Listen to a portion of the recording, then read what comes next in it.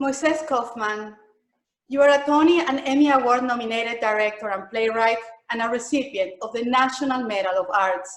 You're the co-founder and artistic director of Tectonic Theater Project, with whom you co-wrote The Laramie Project, one of the most performed plays in America over the last 10 years. You have directed the likes of Jessica Chastain, Jane Fonda, Robin Williams, Liv Schreiber, and have been honored with a very, very long list of awards. It's such an honor to have you with me today, Moisés. Gracias. Thank you, Olga. Thank you. It's a pleasure to talk to you. Moisés, you're interested in projects that help us question our beliefs, collective beliefs. Recently, in an article you wrote for the New York Times, you talked about questioning the values we share as a group, the importance of saying no, the importance of empathizing with communities that are under assault, immigrants, women, people of color, people living in poverty, the LGBTQ community, and so on. Your obvious capacity for empathy, Moisés, offers a much needed medicine for your audience. James Hillman, the founder of archetypal psychology, proclaims that our soul wants fictions that heal. And my question is, can you do this, Moisés? Can you wake up in the morning and say, I think I need to be Don Quixote today. I need to be Antigone and face this issue. And then you step into those shoes and you go with that belief. Can you find this flexibility with your characters? I think the human beings are storytellers. We're almost like genetically designed to be storytellers. We're always telling stories. We're telling stories about ourselves, and we're telling stories about others. We're telling stories about the world in which we live, right? And those stories serve a very, very, very important purpose. I always say that the first story started when a caveman or a cave woman left the cave, and she went to get some water at the river, and all of a sudden a tiger came.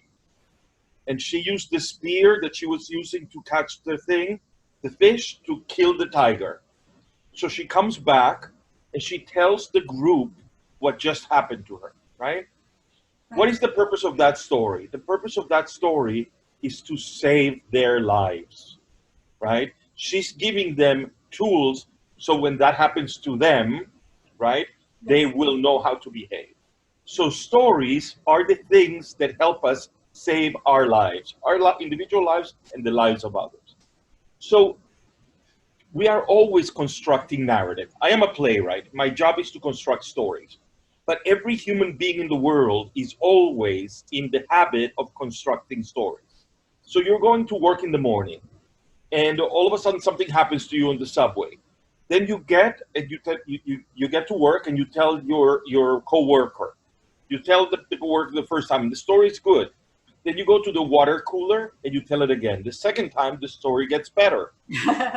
Then you go to lunch with somebody, you tell the story a third time. My God, the story is amazing by then. So we not only tell stories, but we continue editing our stories as we tell them. In that respect, the question that you're asking is key to how we conceive of ourselves. We tell ourselves who we are at every moment of every day. And we tell ourselves by telling stories. My father died 2 years ago. And my father and I had a very, very difficult relationship. Very, very difficult relationship. And when he died, I was very undone. I was done because, we didn't get to have closure. I was undone because we didn't get to say to each other all the things that we needed to say. And then all of a sudden, I remember, and for weeks, I was really destroyed. I was having a very hard time. I was sad, but I was also, I was very troubled. I was very, very troubled. I didn't know what to do with my sorrow. I didn't know what to do with my resentment. I didn't know what to do with my anger. I didn't know what to do with my sense of frustration. I didn't know what to do with my regret, right? And then finally, I thought of this. I said, okay, imagine as a playwright that you were writing a play with two characters. One of the characters would be Moisés, and the other character would be his father. Then I thought that would be a really difficult play to write because these two characters are so different. And I thought, okay, so why are they different? And I thought a bit about, my father was a womanizer, he had a gay son. My father was a business person who really wanted somebody to follow in his footsteps. I was an artist. Our conversations overlapped some ways, but in some ways there was no way for us to talk. On the other hand, my father was an immigrant. I was an immigrant. I learned a lot from him how to be an immigrant. How do you create a narrative that encompasses all of that complexity? And I thought, at the end of the play, something has to happen. The son has to thank the father for everything that he got from him and has to forgive the father for everything that he didn't get from him. So putting it in that context, as a playwright, realizing that these two characters were so different, right, helped me process my sorrow, my regret, because I was able to come to terms with it. Yes, the truth is that life gave me a father that was a blessing in many ways and a terror in many other ways. And so the only way that I can move forward is by coming to terms with the fact that I was dealt those cards. And so the story became, yes, I get to love him madly for everything that he gave me. He taught me how to be an immigrant. He came to Venezuela without a cent, and he made a business, and he raised a family, and he had power and daring and curiosity and all these things. I have those in me, so I have to be very, very grateful. And at the same time, I have to acknowledge fully the ways in which we're different and the ways in which he failed me and the way in which I failed him. I'm sure he didn't want the homosexual for a son, and yet he, over the course of his life, he never turned his back on me. So, so how do you tell the story of who you are and what are your relationships and how do you construct narratives that allow you to be the playwright? I mean, at the end of the day, you are the playwright of your own life, right? You are the playwright. You decide, how you interpret the characters. You decide what happens to the characters. You decide how you're going to deal with those characters. And I think that that's why storytelling is such a primal need that we have. You are, of course, most conscious than most of us of the multitude of characters living in our psyche. Jorge Luis Borges, explaining a writer's door to connecting to different characters, said, and I have to read his words, over an infinitely long span of time, all things happen to all men. We all merit every kindness, also every betrayal. Any of us could compose the Odyssey with our past and future stories. Moisés, does the fact that you know that good and evil lives inside of you, it lives inside all of us, does that help you forgive yourself more for your flaws? Does it help you love yourself more? Or now, connecting it to what you told me about your father, the good and bad that you saw in him. I think that being a playwright means having a great compassion for human beings, at least the kind of playwriting I do. But I think that, yes, that we all have, Don Quixote inside us, right? We also have Macbeth. We also have Richard III, right? We also have Superman, and we also have, the Wicked Witch of the West. So, when Borges speaks about the fact that we own multitudes and that we get to experience what the great characters in literature experience, it makes perfect sense because they were written by men and women who were using their imagination to project their identities onto the page, right? Yes. Nobody invents anything. We are all using what we have and putting it out there in a way that helps us and that saves us, right? The purpose of storytelling is to save us. That's the one purpose of storytelling, always and always and always, is to allow us to survive in the world. So yeah, I think that the multitude of roles that we play knowingly and non-knowingly are things that we can use,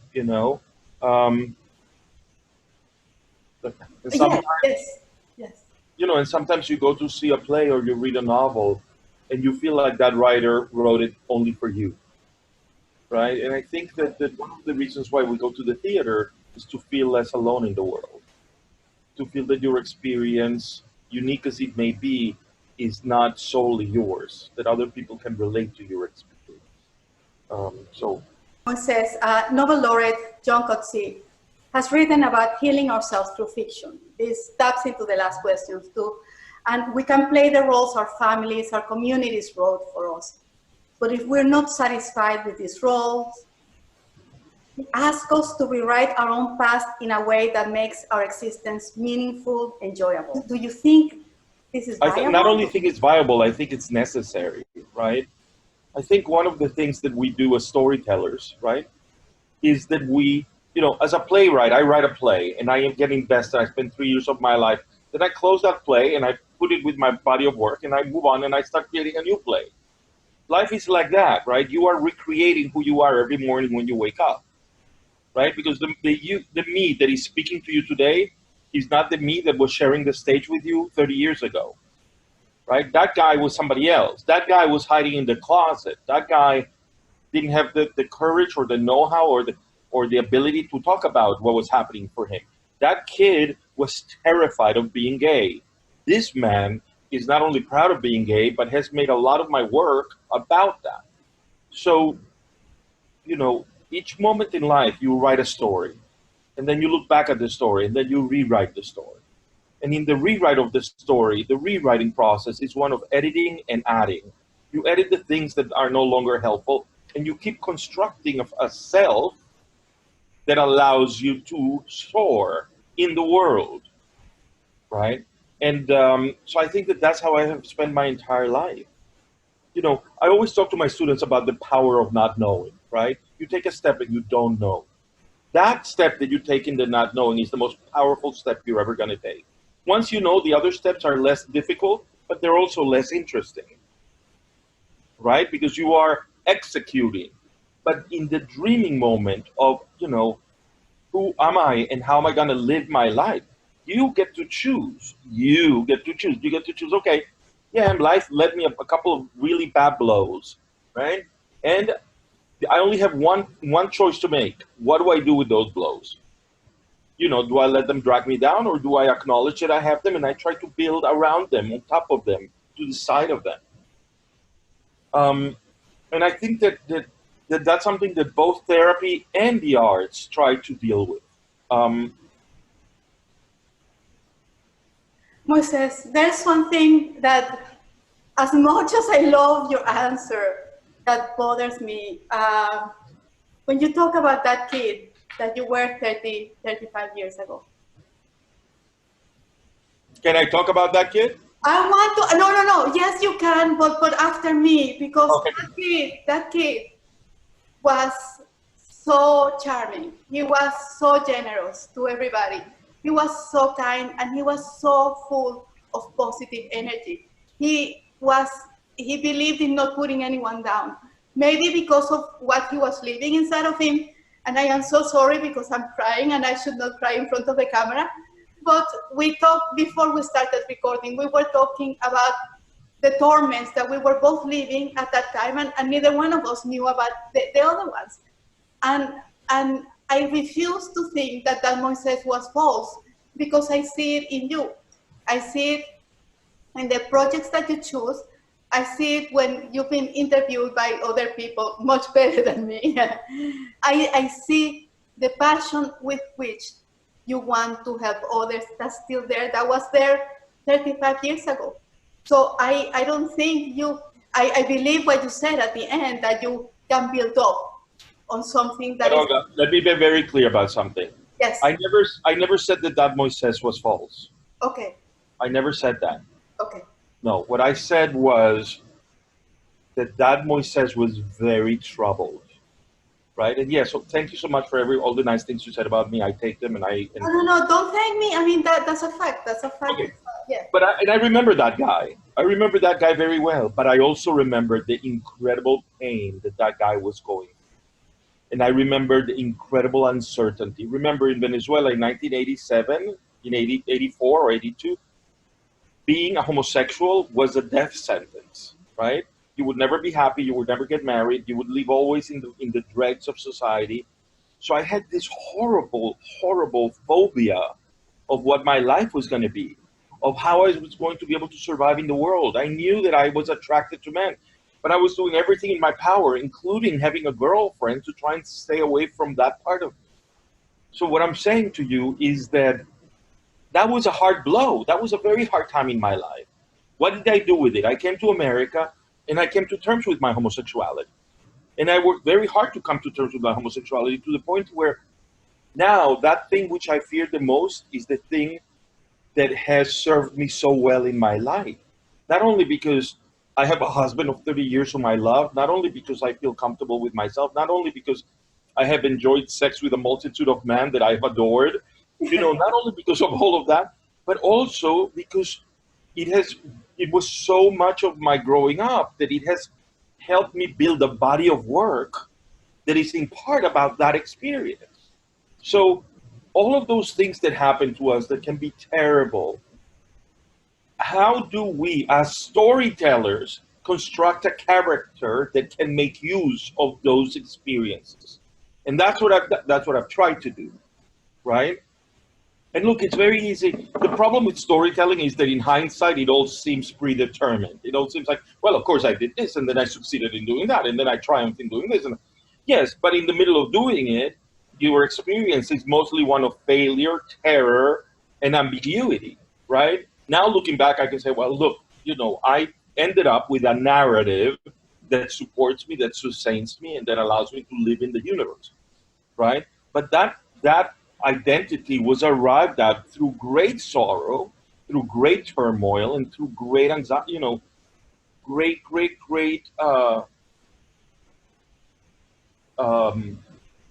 painful chopping off of parts of yourself that you needed to do without. So it's a tumultuous process, but being a storyteller, you get to rewrite your story. And you get to rewrite not by inventing things, but by listening to yourself, listening to what you've been through, and deciding at any given moment, okay, what do I do? That's why the Albert Camus quote is so meaningful to me. Yes. He says, every revolution begins with a no, right? With the word no. Yes. And to me, that is a thrilling idea because it's full of power. That means that you as a human being, you can say, yes, until this moment I was this way. From this moment on, no more, right? And until this moment I thought this way. From this moment, no. Until this moment I perceived things a certain way. From this moment I perceive them a different way. You are the playwright of your own life. In playwriting, sometimes you cut entire scenes off. Sometimes you change the character traits. Sometimes, and I think that that's what we do as individuals, whether we do it consciously or unconsciously, whether we do it in a healthy manner or in an unhealthy manner, right? Because many of those stories that we keep telling ourselves are stories that are bringing us down, and are stories that are not healthy.